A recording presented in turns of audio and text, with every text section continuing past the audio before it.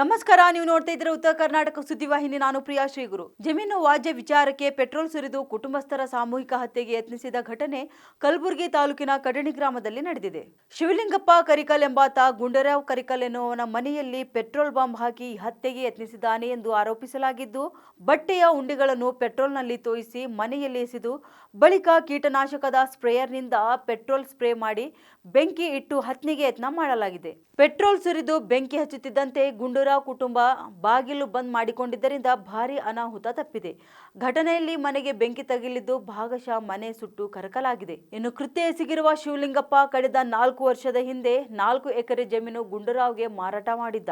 13 lakh advance ಪಡೆದಿದ್ದ ಶಿವಲಿಂಗಪ್ಪ ಬಳಿಕ ಜಮೀನು ರಿಜಿಸ್ಟರ್ ಮಾಡಿಕೊಡುವ ವಿಚಾರದಲ್ಲಿ ವಿವಾದ ಉಂಟಾಗಿದೆ. ಇದೀಗ ಜಮೀನು ರಿಜಿಸ್ಟರ್ ಮಾಡಿಕೊಡಲು ವಿರೋಧ ಮಾಡುತ್ತಿರುವ ಹಿನ್ನೆಲೆ ಪೆಟ್ರೋಲ್ ಸುರಿದು ಸಾಮೂಹಿಕ ಹತ್ಯೆಗೆ ಯತ್ನಿಸಿದ್ದಾರೆ. ಘಟನೆ ವೇಳೆ ಮನೆಯಲ್ಲಿ ಸುಮಾರು 6 ರಿಂದ 7 ಜನರಿದ್ದರು. ಭಾರೀ ಬೆಂಕಿ ಆವರಿಸಿದ್ದರಿಂದ ಗುಂಡೂರಾವ್ ಕುಟುಂಬಸ್ಥರು ಅಸ್ವಸ್ಥಗೊಂಡಿದ್ದು, ಕಲಬುರಗಿ ಜಿಮ್ಸ್ ಆಸ್ಪತ್ರೆಯಲ್ಲಿ ದಾಖಲಿಸಿ ಚಿಕಿತ್ಸೆ ನೀಡಲಾಗುತ್ತಿದೆ. ಈ ಕುರಿತು ಫರಹತಾಬಾದ್ ಪೊಲೀಸ್ ಠಾಣೆಯಲ್ಲಿ ಪ್ರಕರಣ ದಾಖಲಾಗಿದೆ. ನಿರಂತರ ಸುದ್ದಿಗಾಗಿ ನೋಡ್ತಾ ಇರಿ ಉತ್ತರ ಕರ್ನಾಟಕ ಸುದ್ದಿವಾಹಿನಿ.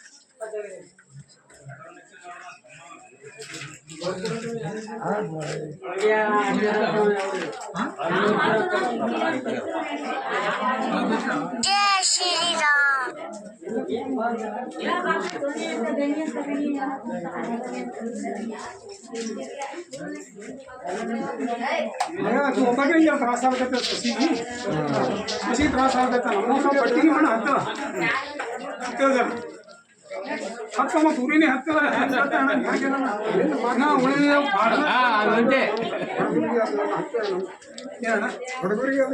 ಇಲ್ಲ ಸ್ವಚ್ಛ ಬರೀ ಸ್ವಚ್ಛ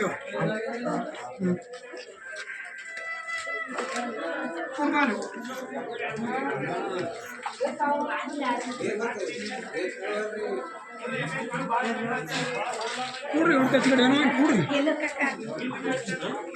ಕೂಡ್ತೀನಿ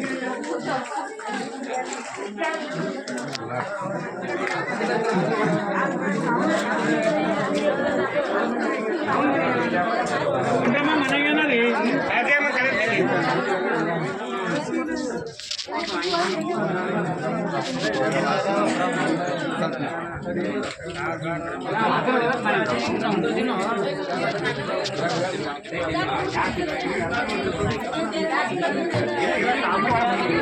ಸರಿ